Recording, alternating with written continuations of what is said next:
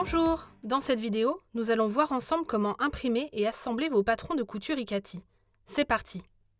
Une fois la commande passée, vous retrouvez tous les documents de votre patron grâce au lien de téléchargement. Ce lien vous est également envoyé par email.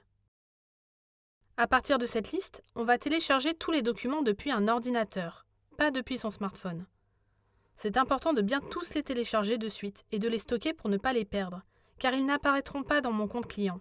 Je n'ai peut-être besoin que d'une taille aujourd'hui, mais il se pourrait que j'en ai besoin d'une autre un jour prochain. J'aurai ainsi tous les fichiers nécessaires sous la main. Je clique donc sur le bouton « Télécharger » pour chaque document. Mais pas trop vite, il faut laisser le temps au navigateur de lancer la manœuvre.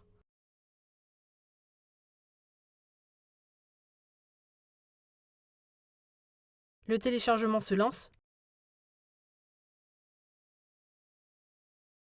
Je peux retrouver mes fichiers dans l'onglet « Téléchargement » de mon navigateur Internet. Sur mon ordinateur, je vais me créer un dossier pour stocker durablement les documents de mon patron.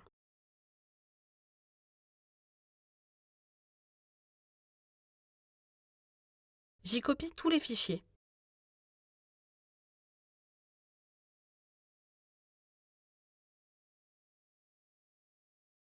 Je vérifie bien que j'ai toutes les tailles, tous les formats, les livrets et les éventuels bonus. Maintenant que l'on a tout ce qu'il nous faut, nous allons rechercher ce dont nous avons besoin aujourd'hui. Il existe un fichier par taille en format A4, pratique pour n'imprimer que la taille qui vous intéresse. Un fichier comprenant toutes les tailles en A4 et en A0. Mais quel format sélectionner? Le format A0 est particulièrement utile si vous faites imprimer votre planche chez un imprimeur, qui vous fera un tirage d'un seul tenant. À la maison, on préfère en général le format A4. C'est l'option que j'ai choisie. Avant de lancer l'impression, on va faire particulièrement attention à certains paramètres. On veut un mode portrait, format A4, avec une échelle à 100%, c'est-à-dire à taille réelle, pour que le patron soit imprimé tel qu'il a été conçu, sans déformation.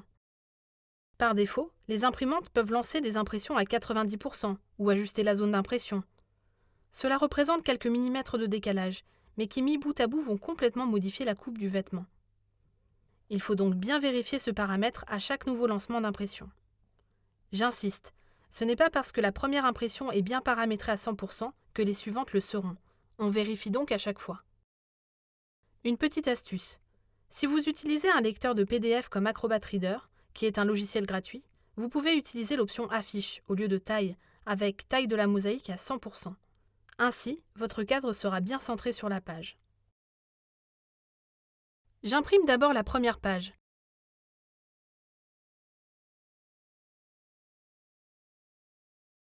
Et je vais vérifier mon carré test d'impression.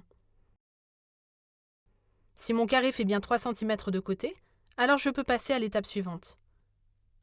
S'il s'avère qu'il fait plus ou moins de 3 cm, c'est probablement que je n'ai pas imprimé à échelle 100%. Il faut recommencer. Si tout est bon, je peux lancer l'impression des autres pages, mais en vérifiant bien à nouveau que les paramètres sont bien réglés sur une échelle à 100%. Allez, cette fois-ci, c'est parti. On récupère nos impressions. On remarque qu'un cadre entoure les lignes du patron. Ce que l'on veut, c'est les placer bord à bord et les raccorder.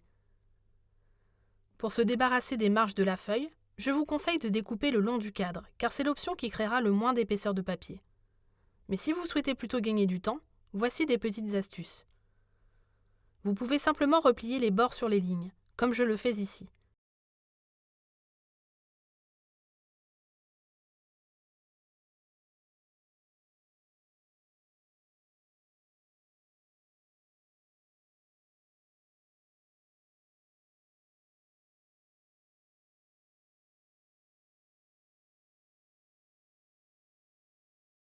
Ou alors, coupez 2 lignes sur 4, toujours les mêmes.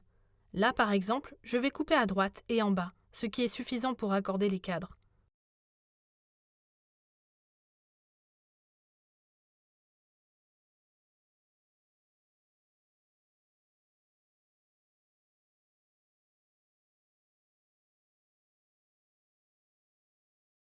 Pas besoin non plus de raccorder les pages dans lesquelles se trouve une pièce en entier, comme c'est le cas ici.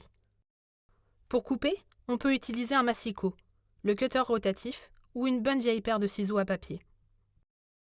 Au moment de positionner nos feuilles bord à bord, on veille à faire correspondre les repères que vous voyez ici pour recomposer un petit carré. Pour se repérer facilement, on suit le plan d'assemblage du patron que l'on retrouve dans le livret d'explication. On va par ordre croissant, que ce soit des lettres ou des chiffres. Ici, je vois que je vais assembler ces feuilles, puis repartir à la ligne en dessous.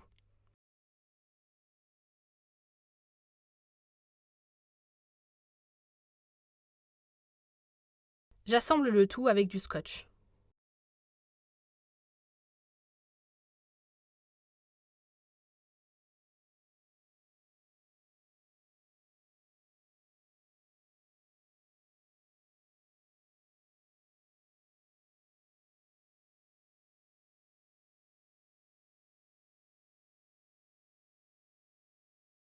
Une fois qu'on a recomposé la planche, on peut découper nos pièces le long des lignes de coupe.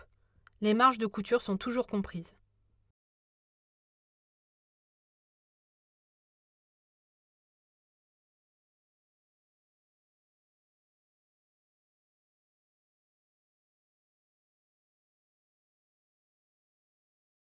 Ces pièces seront ensuite à disposer sur le tissu en fonction du plan de coupe, que vous retrouverez dans le livret. Si cette vidéo vous a été utile, n'hésitez pas à la liker et à vous abonner à notre chaîne. Nous publions régulièrement de nouveaux tutos. Bonne couture et à bientôt chez Ikati.